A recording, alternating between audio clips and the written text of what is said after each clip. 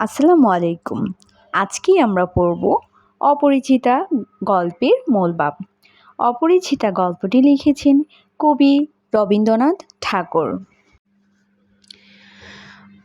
অপরিচিতা গল্পের নায়ক অনুপমের জীবন সম্পর্কে সহজ স্বীকারোক্তি দিয়ে এ গল্প শুরু হয়। অনুপম দেখতে সুশ্রী ছিল, কিন্তু গুণহীনতার কারণে শিক্ষকরা তাকে শিমুল ফুল ও মাকাল ফলের সাথে তুলনা করতেন। পিতার মৃত্যুর পর মায়ের স্নেহে সে বড় হয়। মায়ের অনুগত সন্তান বলেই কখনো মাতৃআজ্ঞার বিপরীতে যাওয়ার সাহস সে করেনি। কিন্তু তার আসল অভিভাবক তার মামা, যিনি অনুপমদের সংসারে সব কিছুর ভার নিজেই কাঁধে নিয়ে নিয়েছেন। অনুপমের বন্ধু হরিশ কানপুরে কাজ করত। ছুটিতে কলকাতা এসে সেই প্রথম বিয়ের প্রস্তাবটা দেয়। কল্যাণী নামের মেয়েটির চেহারা ও গুণের কথা শোনার পর থেকে অনুপমের শরীর মন আলু ছায়া বুনতে লাগলো। কল্যাণীকে নিয়ে ভাবনার যেন শেষ নেই অনুপমের। এদিকে অনুপমের মামা চাইতেন তার ভাগ্নের বউ হয়ে এমন করে মেয়ে আসবে যে মাথা হেড করে থাকবে। মেয়ের বাবা হবেন এমন মন মানসিকতার, যিনি টাকা না থাকলেও টাকা দিতে পিছুপা হবেন না। হরিশের সুপারিশে বিয়ের দিন তারিখ দেনা পাওনা সব পাকাপাকি হয়ে গেল। কনের বাবা শম্ভুনাথ ছিলেন অত্যন্ত ঠান্ডা প্রকৃতির মানুষ, যাকে বাইরে থেকে দেখে ভেতরের চিত্রটা বোঝা মুশকিল।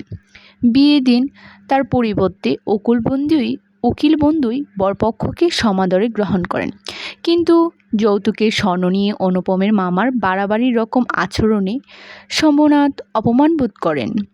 এখানেও অনুপম কোনো ভূমিকা পালন করে না। মামার মতের বিরুদ্ধে গিয়ে এ ধরনের অপমান থেকে হবু শ্বশুরকে রক্ষার কোনো চেষ্টাই অনুপম করেনি। এখানেই কাহিনী জটিল আকার ধারণ করে। অপমানিত হয়ে কনের বাবা বিয়ে ভেঙে দেন। বিয়ে ভেঙে যাওয়ায় সবচেয়ে বেশি ক্ষতিগ্রস্ত হয় অনুপম। সে হারায় তার মনোরাজ্যের পরিচিত প্রেয়সীকে। এইভাবে বছরখানেক পার হওয়ার পর অপ্রত্যাশিতভাবে একদিন কল্যাণীর সঙ্গে অনুপমের কানপুরে গিয়ে কল্যাণীকে না চেনা সত্ত্বেও কল্যাণীর প্রাণচঞ্চলতা, প্রতিবাদী মানসিকতা ও হাস্যময়ী শিক্ষয়িত্রীর রূপ তাকে মুগ্ধ করে। ট্রেন থেকে নামার সময় সে জানতে পারে সেই কল্যাণী। অনুপমের বোধের পরিবর্তন আসে। পরে অনুপম মা ও মামা উভয়কে অপেক্ষা করে দেখা যায় ট্রেনে। শম্ভুনাথ বাবুর কাছে ক্ষমা প্রার্থনা করে। শম্ভুনাথ বাবু অনুপমের এই পরিবর্তনে খুশি হয়ে ক্ষমা করে দেন, কিন্তু কল্যাণী ততদিনে নারী শিক্ষার সুমহান ব্রত গ্রহণ করে বিয়ে না করার সিদ্ধান্ত নিয়েছে।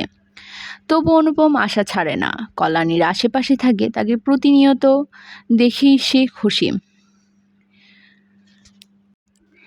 তারপর অনুপম কল্যাণীকে বলে যে, ওগো অপরিচিতা, তোমার পরিচয় শেষ হইল না, শেষ হইবে না, কিন্তু ভাগ্য আমার ভালো, এই তো জায়গা পাইয়াছি।